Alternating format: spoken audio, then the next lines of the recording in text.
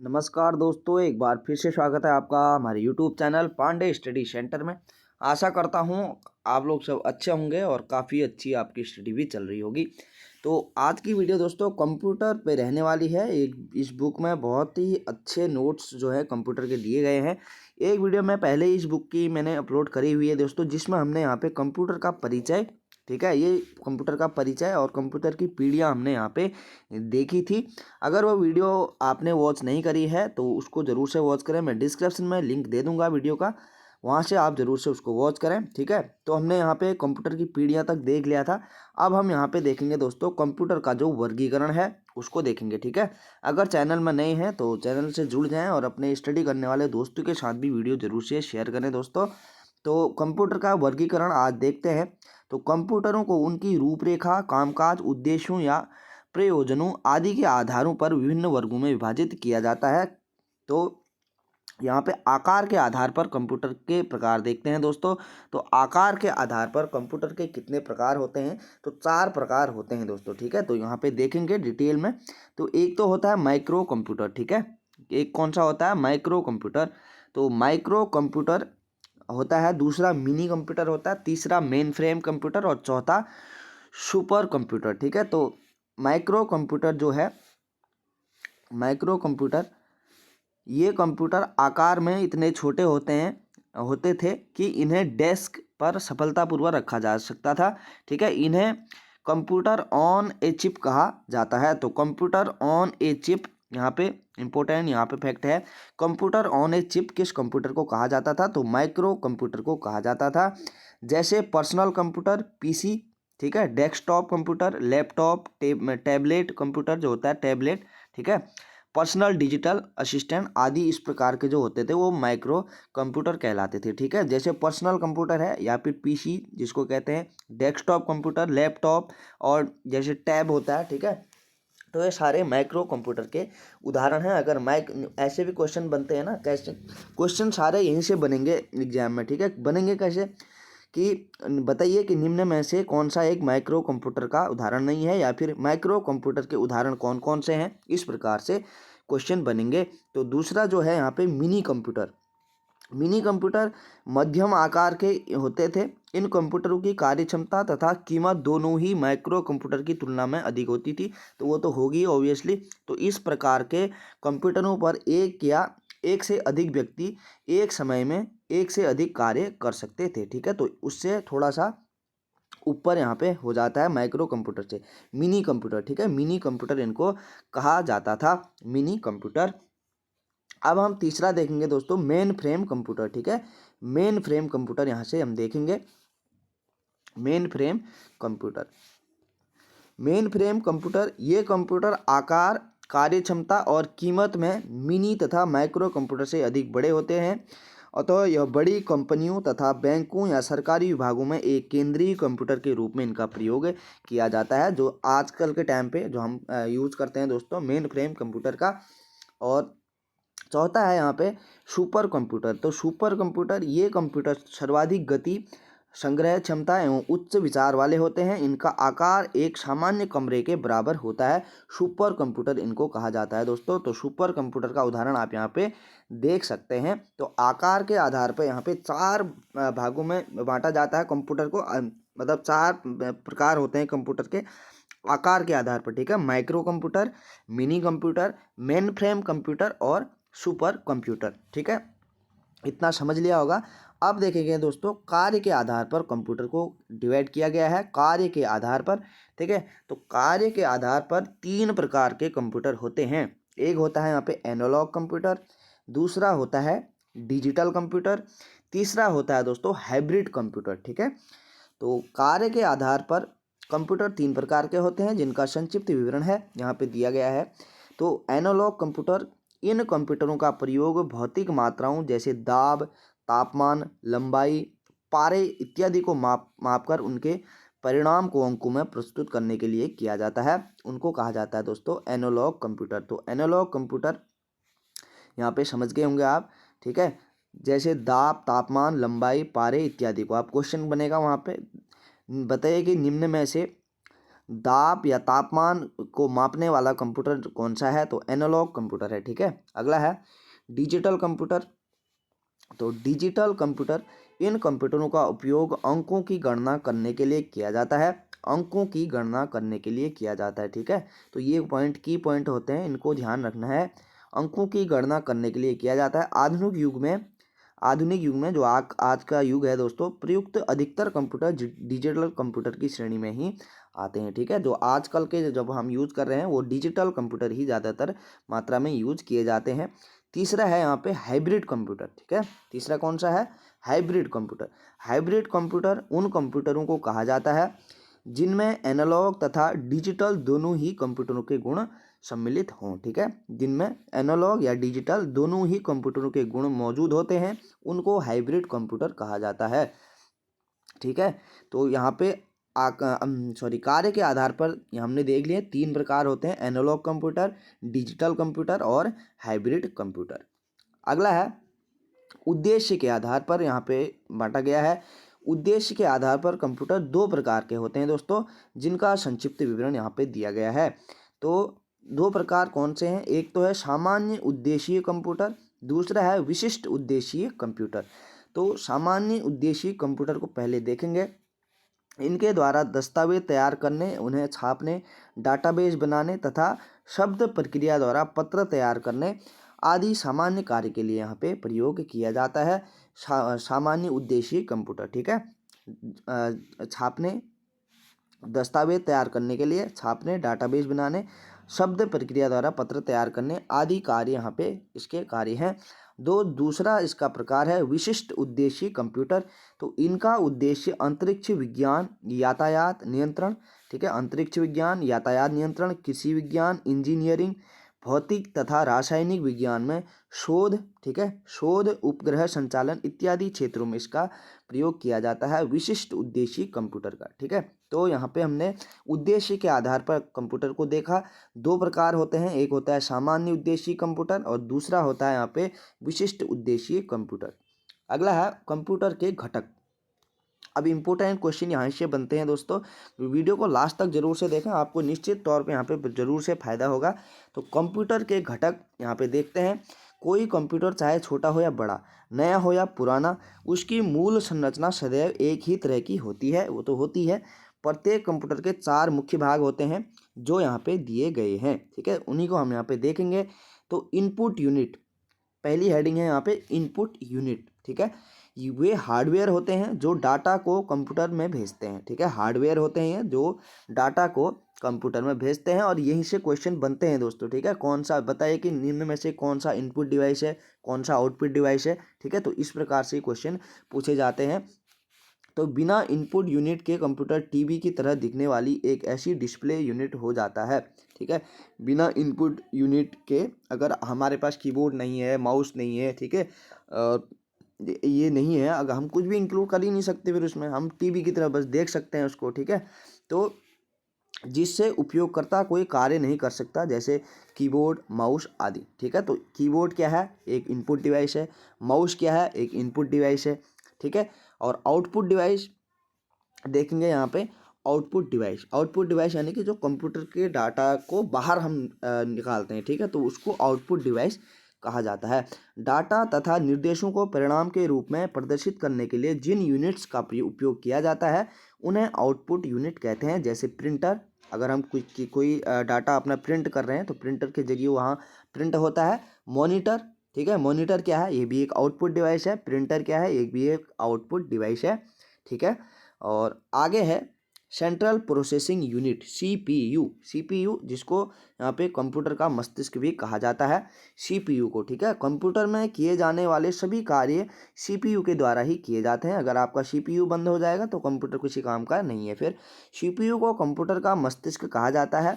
इसका मुख्य कार्य प्रोग्रामों को क्रियान्वित करना है। प्रोग्रामों को क्या करना है? क्रियान्वित करना है। इसके अतिरिक्त सीपीयू कंप्यूटर के सभी भागों जैसे मेमोरी, इनपुट एवं आउटपुट डिवाइसेस के कार्यों को भी नियंत्रित करता है। यानी कि पूरा ही कंप्यूटर जो काम करता है वो सीपीयू के जरिए ही टोटल काम होता है कंप्यूटर में। ठीक है, तो इसीलिए इसको कंप्यूटर का मस्तिष्क कहा जाता है, सीपीयू को। आगे देखते हैं, सेंट्रल प्रोसेसिंग यूनिट दो महत्वपूर्ण भागों से मिलकर बनती है। ठीक है, कौन से भागों से मिलकर बनती है? कंट्रोल यूनिट जिसको सीयू कहा जाता है और अर्थमेटिक लॉजिक यूनिट जिसको एएलयू कहा जाता है। ठीक है, तो कंट्रोल यूनिट और अर्थमेटिक लॉजिक यूनिट जो होते हैं वो सेंट्रल प्रोसेसिंग यूनिट के दो महत्वपूर्ण भाग होते हैं। तो निम्न में से कौन सा सीपीयू का भाग है? तो वहाँ पे अगर इनमें से एक ऑप्शन रखेगा बाकी और रखेगा तो वहाँ पे आपको याद होना चाहिए कि यह दो भाग सीपीयू के होते हैं। एक होता है कंट्रोल यूनिट, दूसरा होता है अर्थमेटिक लॉजिक यूनिट। ठीक है, चौथा है मेमोरी यूनिट। मेमोरी यूनिट क्या होता है? यह डाटा तथा निर्देशों को संग्रहित करती है। यह आधुनिक कंप्यूटर के मूल कार्यों में से एक सूचना स्टोरेज की सुविधा देती है। ठीक है, क्या है? यह डाटा तथा निर्देशों को संग्रहित करती है। यह आधुनिक कंप्यूटरों के मूल कार्यों में से एक या सूचना स्टोरेज की सुविधा देती है। इसमें भी दो प्रकार की मेमोरी होती है दोस्तों मेमोरी यूनिट में। ठीक है, एक होती है प्राइमरी मेमोरी। ठीक है, एक होती है क्या? प्राइमरी मेमोरी, और दूसरी होती है यहाँ पे सेकेंडरी मेमोरी। ठीक है, तो कंप्यूटर की दो मेमोरी होती हैं मेमोरी के अंतर्गत। एक होती है प्राइमरी मेमोरी, एक होती है सेकेंडरी मेमोरी। ठीक है, तो प्राइमरी मेमोरी इसके आंतरिक इंटरनल या मुख्य मेन मेमोरी भी कहा जाता है। किसको? प्राइमरी मेमोरी को मेन मेमोरी कहा जाता है, क्योंकि यह कंप्यूटर की सीपीयू का ही भाग होती है। तो कंप्यूटर की सीपीयू का ही ये भाग होती है, यानी कि सीपीयू के अंदर ही मौजूद होती है ये प्राइमरी मेमोरी। ठीक है, और random access memory. Primary memory के भी दो भाग होते हैं कह रहा है। ठीक है, अब ध्यान से यहाँ से क्वेश्चन बनते हैं, ध्यान से यहाँ पे देखना है दोस्तों। पहले हेडिंग हमने देखी क्या? यहाँ पे मेमोरी यूनिट। ठीक है, मेमोरी यूनिट में हमने इसके अंतर्गत देखा कि प्राइमरी मेमोरी होती है और सेकेंडरी मेमोरी होती है। प्राइमरी मेमोरी में भी दो भाग होते हैं दोस्तों। एक होता है रैंडम एक्सेस मेमोरी और दूसरी होती है रीड ओनली मेमोरी। ठीक है, रैम और रोम जिसको कहा जाता है, यह क्या होती है? प्राइमरी मेमोरी के दो भाग होते हैं। और सेकेंडरी मेमोरी, यहाँ पे इसे बाह्य या सहायक मेमोरी भी कहा जाता है। इसमें डाटा स्टोर करने की क्षमता प्राइमरी मेमोरी से अधिक होती है। ठीक है, तो प्राइमरी मेमोरी से अधिक क्षमता होती है इसकी डाटा स्टोर करने की सेकेंडरी मेमोरी की। फाइल सिस्टम स्थायी रूप से सेकेंडरी मेमोरी में स्टोर रहती है। ठीक है, जो भी फाइलें होती हैं हमारी वो स्थायी रूप से क्या होती हैं? सेकेंडरी मेमोरी में स्टोर रहती हैं। जैसे सीडी है, डीवीडी है, फ्लॉपी है, ब्लूरे डिस्क है। ठीक है, पेन ड्राइव है, हार्ड डिस्क ड्राइव है, ये सारी आदि किसमें रहती हैं? सेकेंडरी मेमोरी में। तो मेमोरी यूनिट में हमने यहाँ पे डिटेल में देख लिया है। ठीक है, रैंडम एक्सेस मेमोरी भी हमने यहाँ पे देख लिया है। रीड ओनली मेमोरी किसके अंतर्गत? प्राइमरी मेमोरी के अंतर्गत। सेकेंडरी मेमोरी भी हमने यहाँ पे देख ली है। अब आगे बढ़ते हैं।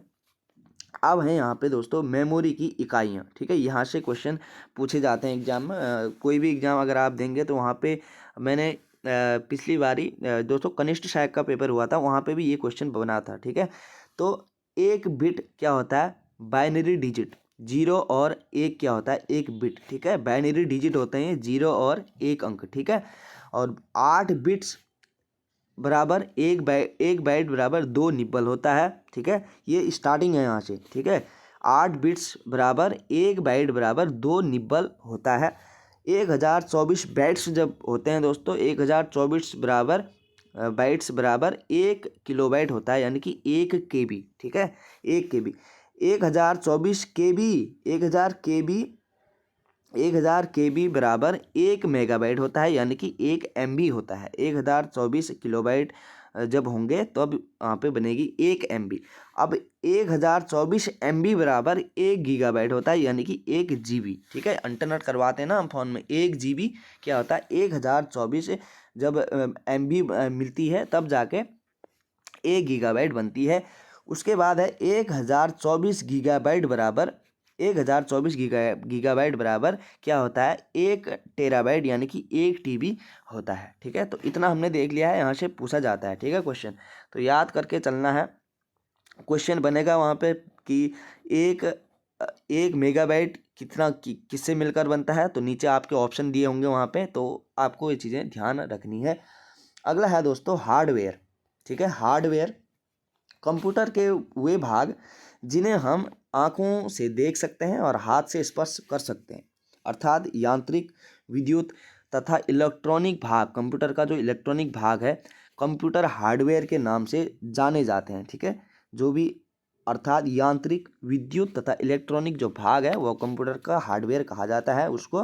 हार्डवेयर निम्न प्रकार के होते हैं। तो कैसा, यहाँ पे देखते हैं। इनपुट डिवाइसेस देखेंगे। ठीक है, इनपुट डिवाइसेस वे डिवाइसेस जिनका प्रयोग उपयोगकर्ता के द्वारा कंप्यूटर को डाटा और निर्देश प्रदान करने के लिए किया जाता है, इन्हें डिवाइसेस, इनपुट डिवाइसेस कहा जाता है। समझ गए आप कि डिवाइसेस क्या है, जिनका प्रयोग उपयोगकर्ता के द्वारा कंप्यूटर को डाटा और निर्देश प्रदान करने के लिए किया जाता है, इन्हें डिवाइस, इनपुट डिवाइसेस कहा जाता है। अब इनपुट डिवाइसेस के उदाहरण यहाँ पे देखते हैं। तो इनपुट डिवाइस, कीबोर्ड क्या है, इनपुट डिवाइस है। हम टाइपिंग करते हैं ना तो इनपुट करते हैं। बार कोड रीडर क्या है, ये भी इनपुट डिवाइस है। बार कोड अगर हम स्कैन करेंगे तभी इनपुट हमारा वहाँ पे होगा। तो पॉइंटिंग डिवाइसेस, देखो पॉइंटिंग डिवाइस यानी कि जैसे हम पॉइंट करते हैं। ठीक है, तो माउस है, ट्रैक बॉल है, जॉयस्टिक है, लाइट पेन है, स्कैनर है और माइक्रोफोन है। ठीक है, तो वहाँ पे ये इतने शब्द आपको याद करके चलने हैं, एकदम रट लेने हैं दोस्तों। ठीक है, वहाँ पे क्वेश्चन बनेगा कि बताइए निम्न में से कौन सा एक इनपुट डिवाइसेस है। वहाँ पे लाइट पेन भी दे सकता है, माइक्रोफोन भी दे सकता है, ट्रैक बॉल भी दे सकता है। जैसे barcode reader, keyboard, pointing devices और माउस, ये तो आप नॉर्मल सी चीज़ है, ये हर कोई बिना पढ़े भी मतलब आपको थोड़ी बहुत अगर जानकारी है कंप्यूटर की, आप वैसे भी इसका आंसर दे सकते हैं। लेकिन जैसे जॉयस्टिक है, ट्रैक बॉल है, लाइट पेन है, तो यहाँ पे कन्फ्यूजन होता है। तो इस प्रकार से यहाँ पे याद करके चलनी है चीज़ें अच्छे से। अगला है आउटपुट डिवाइसेस। आउटपुट डिवाइसेस के उदाहरण यहाँ पे देखते हैं दोस्तों। आउटपुट डिवाइसेस आउटपुट को हार्ड कॉपी अथवा सॉफ्ट कॉपी के रूप में प्रस्तुत करते हैं। कुछ प्रमुख आउटपुट डिवाइसेस निम्न प्रकार से यहाँ पे दिए गए हैं। तो मॉनिटर क्या है, आउटपुट डिवाइस है। ठीक है, मॉनिटर क्या है, आउटपुट डिवाइस है। प्रिंटर आउटपुट डिवाइस है।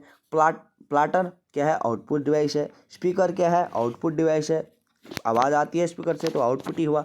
प्रोजेक्टर क्या है, ये भी एक आउटपुट डिवाइस है। ठीक है, तो यहाँ पे 5 यहाँ पे दिए गए हैं शब्द, इनको याद रखना है। मॉनिटर है, प्रिंटर है, प्लाटर है, स्पीकर है और प्रोजेक्टर है। ये क्या है, सारे आउटपुट डिवाइसेस हैं। ठीक है, क्या है, आउटपुट डिवाइसेस हैं। अगला यहाँ पे देखेंगे, वीडियो थोड़ा लंबी होगी लेकिन नॉलेजेबल रहेगी दोस्तों, आपके एग्जाम में बहुत काम आएगी ये वीडियो। ठीक है, तो देखते हैं सॉफ्टवेयर को। सॉफ्टवेयर क्या होता है।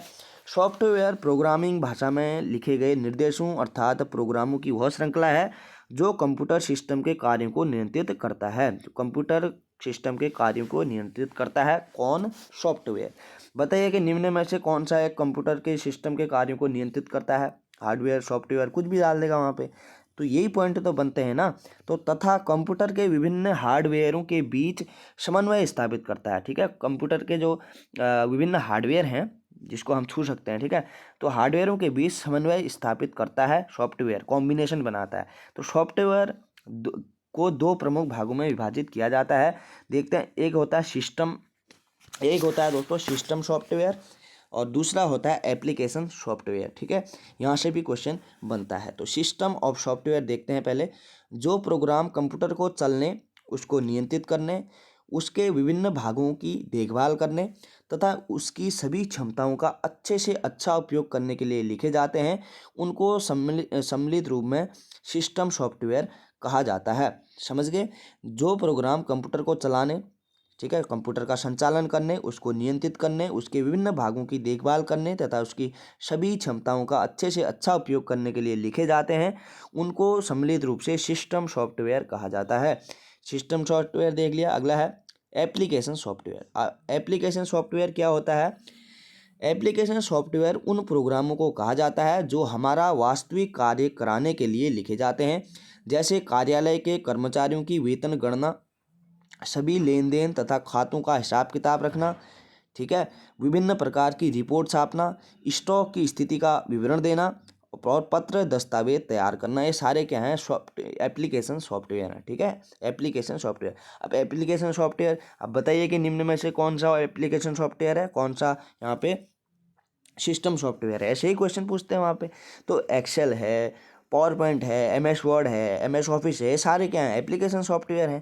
क्रोम ब्राउज़र क्या है, एप्लीकेशन सॉफ्टवेयर है। गूगल क्या है, एप्लीकेशन सॉफ्टवेयर है। ठीक है, जिसमें हम दस्तावेज तैयार करते हैं अपने, वही क्या है, सिर्फ एप्लीकेशन सॉफ्टवेयर है। ठीक है, तो हाँ यहाँ पे देखो, जैसे MS वर्ड है, होटल मैनेजमेंट है, DBMS है। ठीक है, ये आदि क्या है यहाँ पे, इसे एक एप्लीकेशन सॉफ्टवेयर के उदाहरण हैं। अगला है ऑपरेटिंग सिस्टम। ठीक है, अब ऑपरेटिंग सिस्टम को समझते हैं यहाँ पे। ऑपरेटिंग सिस्टम कुछ विशेष प्रोग्रामों का एक ऐसा व्यवस्थित समूह है जो किसी कंप्यूटर के संपूर्ण क्रियाकलाप को क्या करता है, नियंत्रित करता है। ऑपरेटिंग सिस्टम उसको कहा जाता है। यह कंप्यूटर के साधनों के उपयोग पर नज़र रखने और व्यवस्थित करने में हमारी क्या करते हैं, सहायता करता है ऑपरेटिंग सिस्टम। ऑपरेटिंग सिस्टम के प्रकार हैं यहाँ पे, तो ऑपरेटिंग सिस्टम के भी यहाँ पे प्रकार दिए गए हैं, तो देखते हैं। एक होता है दोस्तों बैच प्रोसेसिंग ऑपरेटिंग सिस्टम। अब देखते हैं इसके अंतर्गत क्या क्या होता है, क्या क्या कार्य होते हैं इसके। बैच प्रोसेसिंग ऑपरेटिंग सिस्टम, इस प्रकार के ऑपरेटिंग सिस्टम में एक प्रकार के सभी कार्यों को एक बैच के रूप में संगठित करके साथ में क्रियान्वित किया जाता है। ठीक है, तो बैच से ही आप यहाँ पे इसकी डिटेल समझ सकते हैं। बैच प्रोसेसिंग ऑपरेटिंग सिस्टम, इस प्रकार के ऑपरेटिंग सिस्टम में एक प्रकार के सभी कार्यों को एक बैच के रूप में संगठित करके साथ में क्रियान्वित किया जाता है। अगला है दूसरा सिंगल यूजर ऑपरेटिंग सिस्टम। क्या है दोस्तों, तो इस प्रकार के जो ऑपरेटिंग सिस्टम है में एक बार में केवल एक उपयोगकर्ता को ही कार्य करने की अनुमति होती है। यह सबसे अधिक प्रयोग किए जाने वाला ऑपरेटिंग सिस्टम है। ठीक है, इसी के अंतर्गत क्या क्या आता है, MS Word, MS Office, MS Excel, MS PowerPoint, DOS, ठीक है, विंडोज 9X, ये सारे क्या हैं, सिंगल यूज़र ऑपरेटिंग सिस्टम है। ठीक है, सिंगल यूज़र यानी कि आप क्या करेंगे, उसके अलावा और दूसरा यूज़ नहीं कर सकते, दूसरे एप्लीकेशन का यूज़ नहीं कर सकते, वो सिंगल यूज़र ऑपरेटिंग सिस्टम के अंतर्गत आते हैं। अब है दोस्तों यहाँ पे मल्टी यूज़र ऑपरेटिंग सिस्टम। ठीक है, तो दो हमने देख लिए थे, एक है बैच प्रोसेसिंग ऑपरेटिंग सिस्टम, दूसरा है सिंगल यूजर ऑपरेटिंग सिस्टम, तीसरा है यहाँ पे मल्टी यूजर ऑपरेटिंग सिस्टम। तो यह ऑपरेटिंग सिस्टम दोस्तों, जो यह है ऑपरेटिंग सिस्टम, एक समय में एक से अधिक उपयोगकर्ता को कार्य करने की अनुमति देता है। यह ऑपरेटिंग सिस्टम सभी उपयोगकर्ता के मध्य संतुलन बनाकर रखता है। ठीक है, मल्टी यानी कि मल्टी, एक से अधिक कार्य करना, मल्टी यूज़र। ठीक है, मल्टी यूज़र से ही आप इसकी डिटेल समझ सकते हैं। तो मल्टी यूज़र ऑपरेटिंग सिस्टम। अब क्वेश्चन बनेगा कि ऑपरेटिंग बताइए कि निम्न में से कौन सा ऑपरेटिंग सिस्टम का उदाहरण नहीं है, उसमें से कुछ भी दे सकता है वहाँ पे, तो क्वेश्चन बनेंगे इन्हीं से। ठीक है, आगे देखते हैं क्या कह रहा है, मल्टीटास्किंग ऑपरेटिंग सिस्टम। ठीक है, चौथा इसका प्रकार देखेंगे, मल्टीटास्किंग ऑपरेटिंग सिस्टम। तो ऑपरेटिंग सिस्टम में एक समय में एक से अधिक कार्यों को संपन्न करने की अनुमति होती है। ठीक है, ऑपरेटिंग सिस्टम में एक समय में एक से अधिक कार्यों को संपन्न करने की अनुमति होती है, मल्टीटास्किंग। ठीक है, मल्टीटास्किंग नाम से आप समझ सकते हैं, इसमें उपयोगकर्ता आसानी से दो कार्यों के मध्य स्विच कर सकता है, जैसे लाइनेक्स है, यूनिक्स है आदि। ठीक है, ये दोनों शब्द यहाँ पे याद रखने हैं, लाइनेक्स यूनिक्स क्या है, मल्टीटास्किंग ऑपरेटिंग सिस्टम के उदाहरण हैं। पांचवा है यहाँ पे इसका प्रकार, 5 प्रकार होते हैं दोस्तों इसके। Time sharing operating system. अब टाइम शेयरिंग यानी कि इस प्रकार के ऑपरेटिंग सिस्टम में एक साथ एक से अधिक उपयोगकर्ता या प्रोग्राम कंप्यूटर के संसाधनों का प्रयोग करते हैं। ठीक है, कंप्यूटर के संसाधनों का प्रयोग करते हैं, एक साथ एक से अधिक उपयोगकर्ता या प्रोग्राम कंप्यूटर के संसाधनों का उपयोग करते हैं, इसे कहते हैं टाइम शेयरिंग ऑपरेटिंग सिस्टम। ठीक है, तो हमने 5 प्रकार इसके देखे।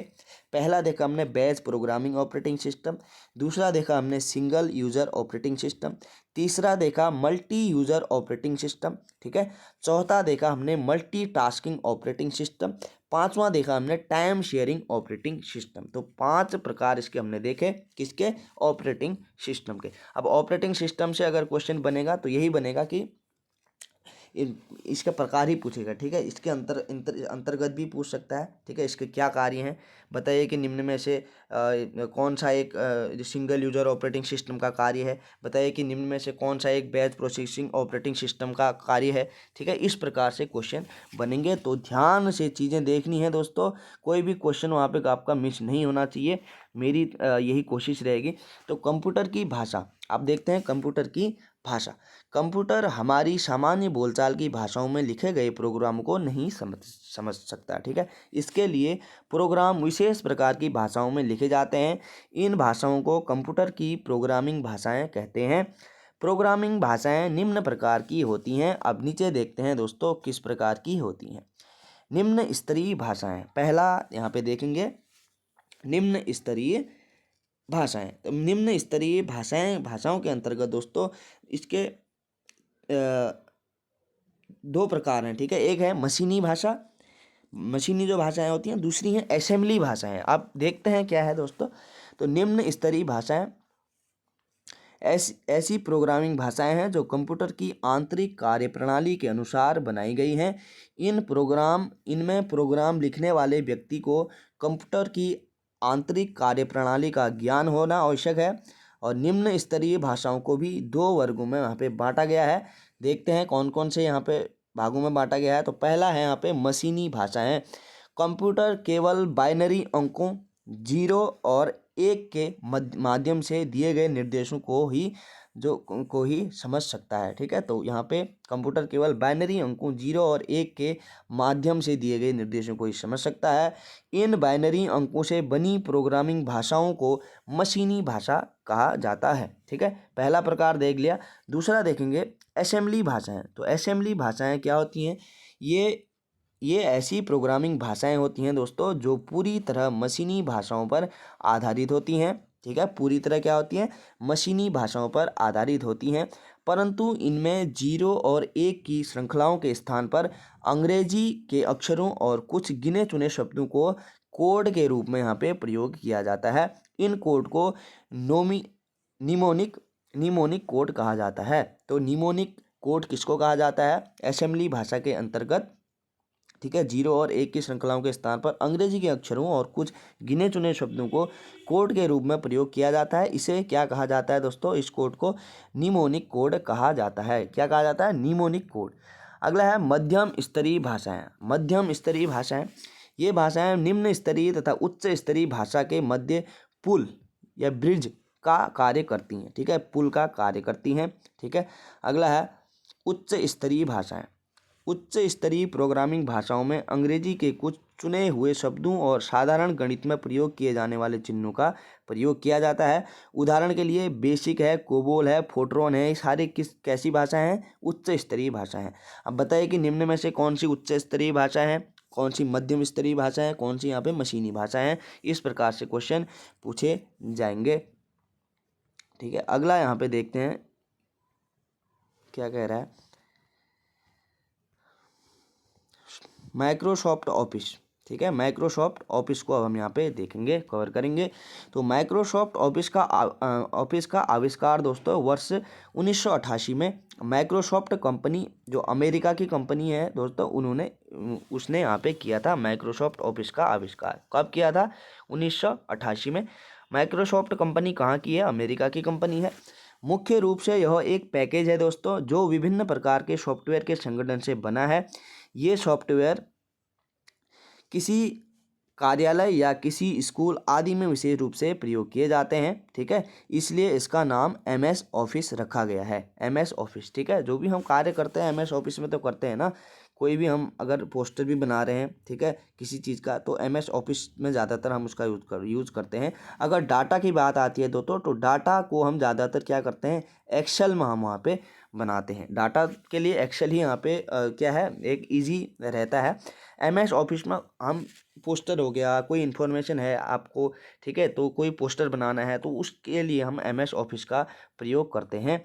अगला है माइक्रोसॉफ्ट वर्ड। ठीक है, माइक्रोसॉफ्ट वर्ड यह एक प्रकार का वर्ड प्रोसेसिंग सॉफ्टवेयर है जिसका प्रयोग किसी डॉक्यूमेंट को बनाने, उसमें कुछ सुधार करने के लिए किया जाता है। Microsoft word. ठीक है, माइक्रोसॉफ्ट वर्ड। अगला है माइक्रोसॉफ्ट एक्सेल। महत्वपूर्ण है, यह एक पावरफुल स्प्रेडशीट प्रोग्राम है जो आपके डाटा को व्यवस्थित करने, निर्णय तक पहुंचाने, ग्राफ, डाटा प्रोफेशन दिखाने वाली रिपोर्ट तैयार करने, व्यवस्थित डाटा को वेब पर पब्लिश करने तथा रियल टाइम डाटा को एक्सेस करने की सुविधा देता है।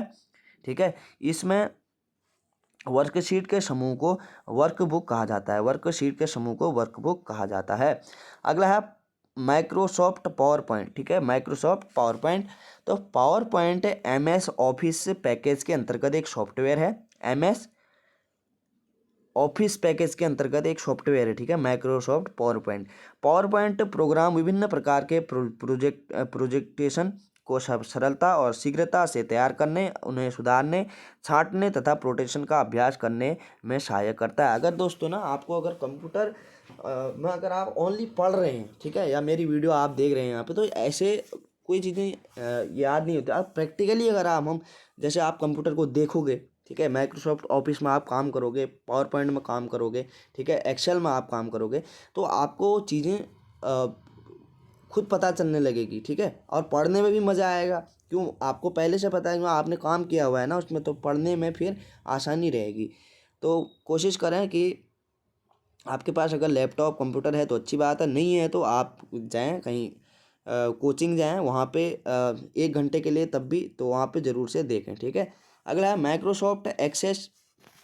माइक्रोसॉफ्ट एक्सेस या माइक्रोसॉफ्ट ऑफिस। एक्सेस एक प्रकार का डाटाबेस मैनेजमेंट सिस्टम है। तो एक्सेस क्या है? एक प्रकार का डाटाबेस मैनेजमेंट सिस्टम है, ठीक है। क्या?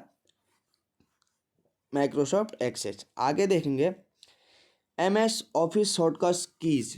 अब शॉर्टकट कीज से क्वेश्चन पूछे जाते हैं एग्जाम में। आप कोई भी एग्जाम अगर आप देखते हैं, पुराने पेपर, प्रीवियस ईयर पेपर उठा के देखेंगे, तो वहाँ पे कुंजियाँ यानी कि शॉर्टकट की पूछी जाती हैं, ठीक है। तो Ctrl+C क्या होता है दोस्तों? अगर कंट्रोल के साथ आप C+C वहाँ पे की प्रेस करते हैं तो सिलेक्टेड टेक्स्ट को कॉपी करना इसका काम हो जाता है। अगर आप Ctrl+C करते हैं तो जो आपने यहाँ पे शब्द लिखे हुए हैं, जो आपने पैराग्राफ लिखा हुआ, पूरा कॉपी कर सकते हैं, ठीक है। तो अगला है Ctrl+V। वी से क्या होता है? जो सिलेक्ट किया हुआ है आपने टेक्स्ट, उसको पेस्ट कर देना। यानी कि पहले आपने वहाँ पे कॉपी किया वहाँ से, ठीक है, पेज नंबर 1 से आपने कॉपी किया, और पेज नंबर 2 में आपने वहाँ पे Ctrl+V करके वहाँ पे पेस्ट कर दिया, यानी कि कॉपी होकर इधर आ गया वो डॉक्यूमेंट, ठीक है। अगला है Ctrl+X। क्या होता है दोस्तों? तो Ctrl+X से सिलेक्टेड टेक्स्ट को कट करना। अगर सिलेक्टेड कोई आपने सिलेक्ट किए हुए हैं, ठीक है, तो उसको अगर कट करना है आपको, तो Ctrl+X से आप उसको कट कर सकते हैं, यानी कि डिलीट कर सकते हैं। Ctrl+P डॉक्यूमेंट को प्रिंट करना, ठीक है। आपने कोई डॉक्यूमेंट तैयार किया है और आपने उसको प्रिंट करना है, तो Ctrl+P अगर आप प्रेस करते हैं तो डॉक्यूमेंट प्रिंट हो जाएगा आपका। Ctrl+M क्या होता है दोस्तों? प्रेजेंटेशन में नई स्लाइड जोड़ना, ठीक है। प्रेजेंटेशन में क्या होता है? नई स्लाइड अगर जोड़नी है आपको, तो Ctrl+M आप वहाँ पे दबाएंगे, प्रेस करेंगे। अगला Ctrl+Home अगर दबाएंगे तो क्या होगा? डॉक्यूमेंट के शुरुआत में आ जाओगे आप, ठीक है। जहाँ से आपने डॉक्यूमेंट स्टार्ट किया था वहीं पे आप वापस पहुँच जाएंगे। होम का अर्थ ही यही है, ठीक है। अगला है इंटर। इंटर तो आप सबको पता है, डॉक्यूमेंट में अगली लाइन में चले जाना, ठीक है। इंटर मारेंगे तो आप दूसरी लाइन में आ जाएंगे। Alt+F4, ये इंपॉर्टेंट है। Alt+F4 अगर आप प्रेस करते हैं तो वर्ड को बंद करना, ठीक है, वर्ड को बंद हो जाएगा आपका वर्ड, जो भी आप वर्ड जिसमें भी आप कार्य कर रहे थे, ठीक है। आपने MS वर्ड ही खोला था, MS ऑफिस ही खोला था, तो वहाँ पे आपका Alt+F4 अगर आप प्रेस करते हैं तो वर्ड को बंद कर देगा, ठीक है। तो Ctrl+F2 क्या होता है? प्रिंट प्रीव्यू कमांड को चुनना। प्रिंट प्रीव्यू कमांड को चुनना Ctrl+F2 का कार्य होता है। Shift+F2 दबाएंगे, क्या होगा? सेव कमांड को चुनना, क्या होगा? इसका कार्य होगा Shift+F2, ठीक है। और F7 अगर आप प्रेस करते हैं तो स्पेलिंग एंड ग्रामर को लॉन्च करना, ठीक है। स्पेलिंग एंड ग्रामर आप वहाँ पे चेक कर सकते हैं। तो आज की वीडियो में दोस्तों हमने इतनी चीज़ें देखी जो कि महत्वपूर्ण प्रश्न यहाँ से पूछे जाते हैं हर एग्जाम में, ठीक है। तो यहाँ पे 2 वीडियो मैंने इस बुक की अपलोड कर दी है। यहाँ से हमने परिचय जो है वो उसकी वीडियो का डिस्क्रिप्शन में लिंक दे दूंगा, आप ज़रूर से वॉच करना। और अगली वीडियो में दोस्तों हम यहाँ से स्टार्ट करेंगे, ठीक है। कंप्यूटर ज्ञान, यहाँ पे फाइल फॉर्मेट और कंप्यूटर नेटवर्क, इंटरनेट, ये सारी चीज़ें यहाँ पे हम कवर करेंगे। कंप्यूटर नेटवर्क के प्रकार और ये सारी चीज़ें, ठीक है। तो कैसी लगी वीडियो दोस्तों? कमेंट करके ज़रूर से बताएं। और नॉलेजेबल है, और यहाँ पे यहीं से क्वेश्चन पूछे जाते हैं दोस्तों, इसी से निकल के क्वेश्चन बनते हैं कंप्यूटर के, ठीक है। तो अपने स्टडी करने वाले दोस्तों के साथ ज़रूर से शेयर करें, क्योंकि उनको भी हेल्प होगी, ठीक है। तो मिलते हैं अगली वीडियो में, तब तक के लिए अपना ध्यान रखें दोस्तों। धन्यवाद।